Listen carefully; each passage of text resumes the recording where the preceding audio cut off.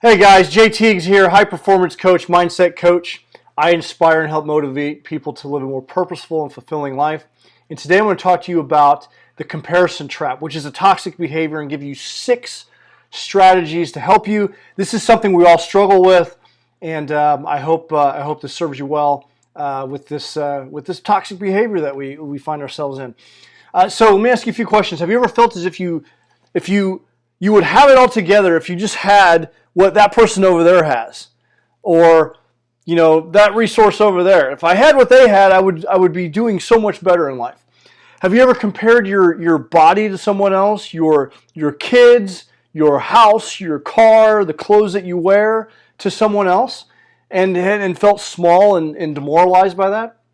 Have you ever wanted to start to do something but were paralyzed by fear and self-doubt because you felt that you weren't smart enough, you weren't rich enough, you didn't have the proper resources? I didn't have the big inheritance to get started like they did. I'm not good enough. They have all these resources, but I don't, so I can't get started. Have you ever embellished a story to make yourself look just a little bit better? I think these questions are probably something that we have all done at some point, and this is part of the comparison trap. And the comparison trap is the habit of measuring yourself against other people. The comparison trap paralyzes us. It feeds our self-doubt. It keeps us from doing the things that we're meant to do, and it steals joy from us.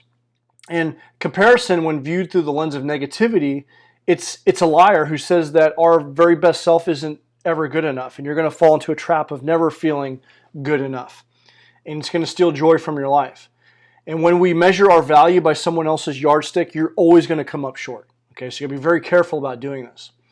Now, comparison, when viewed through the lens of negativity, I'm going to refer to this as contrasting. Okay, so you got compare and contrasting, because you should. There's a great myth that you should never compare yourself, but that is a myth. You should compare yourself, but do this in a positive way. So we're going to talk about the positive ways to do this, and then some negative ways of doing this. Okay, the negative, I'm going to refer to that to contrasting. Okay, so when you compare yourself in a positive way, you should be looking for new approaches, inspiration, and new perspectives of how to do things, and learning maybe what skills to develop so you can get to that next level, as opposed to viewing it, contrasting it in a negative lens. So here's my story in regards to this. So for a while, when I kind of hit a low point in my life, I really started geeking out on personal development.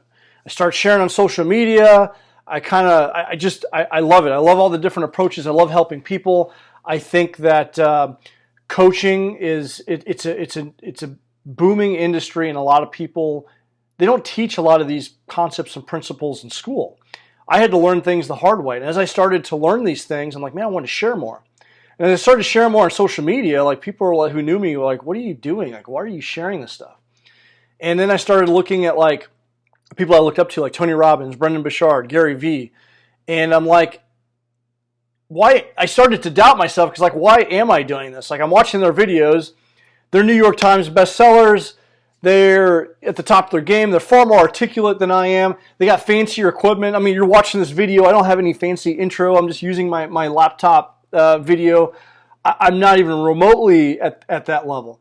And I started to second guess myself, and I actually stopped sharing as much. But then what I realized was, when I was sharing, I was having great conversations. I was actually helping people. And a lot more people were being served by it than I realized.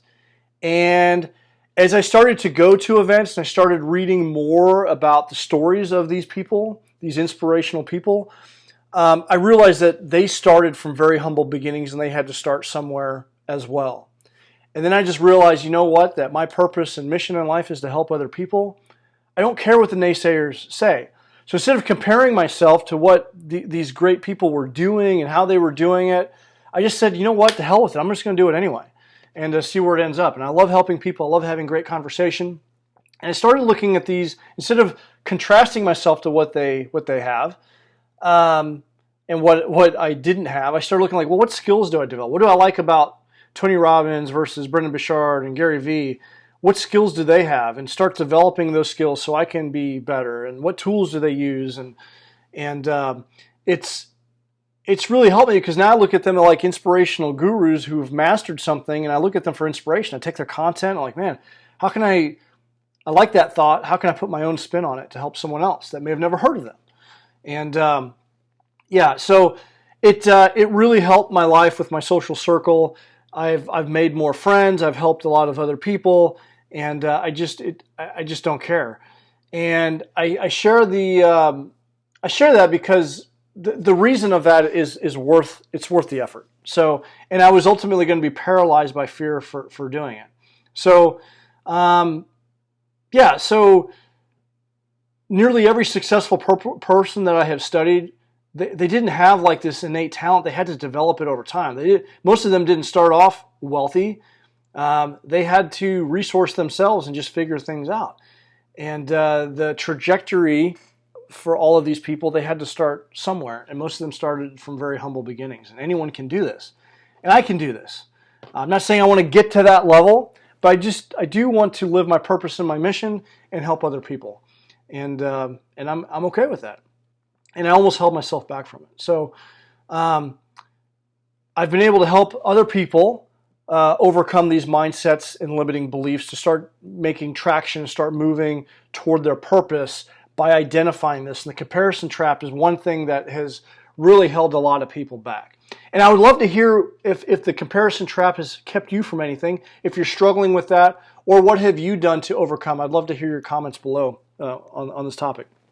So when we compare ourselves negatively, it causes some issues. So the first one, I'm going to talk about envy and jealousy. Envy is directed at others, more as like I want their possessions, I want their thing, whatever quantity or quality of things that they have. It's something that you want. And when you're envious, you experience yourself as lacking in something that would lead you to be admired. Jealousy is more of like it's feelings based. It's a person receiving, you want a person's attention, a love, their adoration. And typical response to envy and jealousy is withdrawal. It is avoidance or expressing anger to the other person with the intent of them wanting to get their attention to reestablish a bond with you. And when that bond isn't reestablished, then we ultimately find ourselves having some bitterness, resentment, and sadness. Okay? So you be very careful about being envious and jealous. Okay? It steals joy. We don't celebrate our own victories because we're measuring ourselves to someone else. And as a runner, I've seen this time and time again. I've been running throughout my life, and oftentimes you'll have a 5K and a 10K in the same event, and I'll see a friend there that's been training for a 5K who's doing their first 5K in a very long time. I will have just ran a 10K and maybe medaled in the event, and I'll see them after the race, like going to high five them, and I'm like, hey, you just ran that your 5K. What do you feel? And you can tell that they're measuring their effort to mine. I'll be like, hey, what was your time? And they're very reluctant to tell me, and they're kind of downplaying their achievement. Where I'm just excited for them that I'm not comparing myself to them. They're doing it to me and stealing their own joy because they feel like they're trying to measure up to me. And I'm just excited that they've actually achieved a huge goal of theirs. And so I've seen how it's stolen other people's joy. Okay, so you got to be very careful of that. This is a big one. Perception is reality, and people do this with social media. They compare their current reality to what they see on social media, and everyone on social media, for the most part, is putting their best foot forward. They're not showing you their reality. They're showing you a perception of their reality, so you're comparing your reality to someone else's best effort, their highlight reel of sorts. So you got to be very, very careful about the social media. And you can have feelings of inferiority, envy, jealousy, and resentment, which will ultimately steal your joy. And every 60 seconds that you spend with a negative emotion is 1 minute less that you're going to have in happiness. Okay? So here's some do's and don'ts of falling into the comparison trap. Don't compare popularity. Don't compare someone's likes, followership on social media to your own. And don't let that paralyze you from starting something, because everyone had to start from ground zero. And a lot of times we feel unpopular, we can't do what this other person is doing, and you're contrasting yourself in a negative way when you do that. And it'll paralyze you from starting something because you feel like, this person over here has got thousands of people following them. Maybe they want to do like health and fitness coaching or something like that.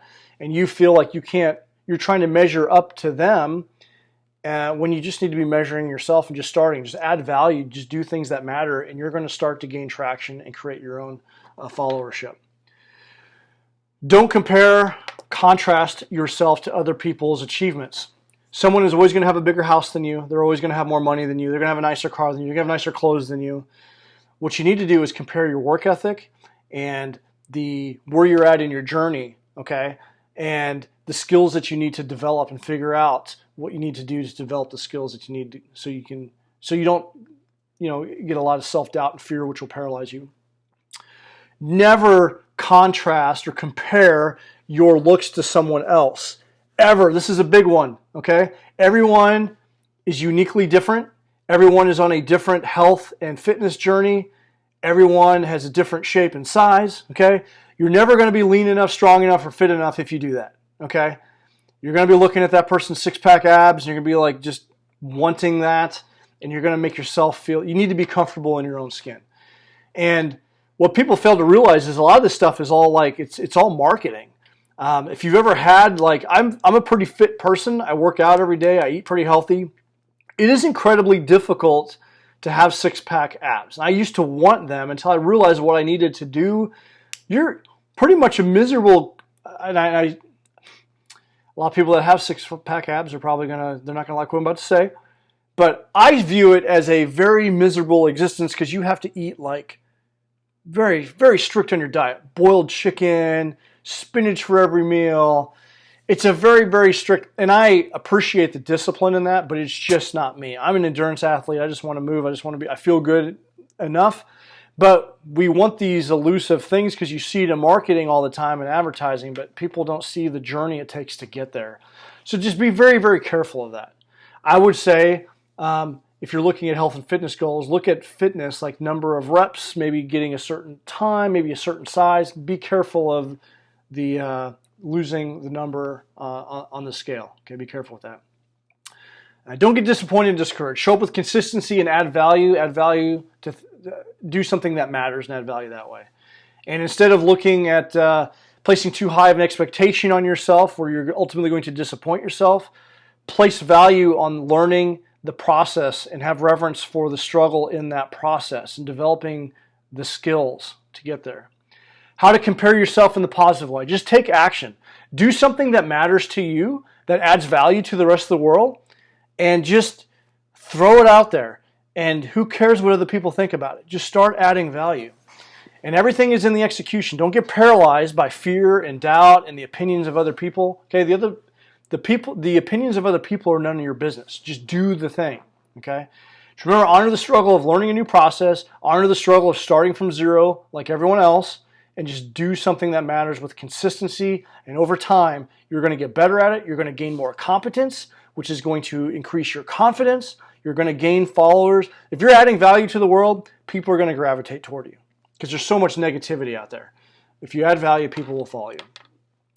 Look at others for growth and learning. So these gurus that are, the masters at what they do, look at the skills that they had to develop. Look at the different angles that they took, their different approaches, and use this as a moment of identifying growth and learning opportunities.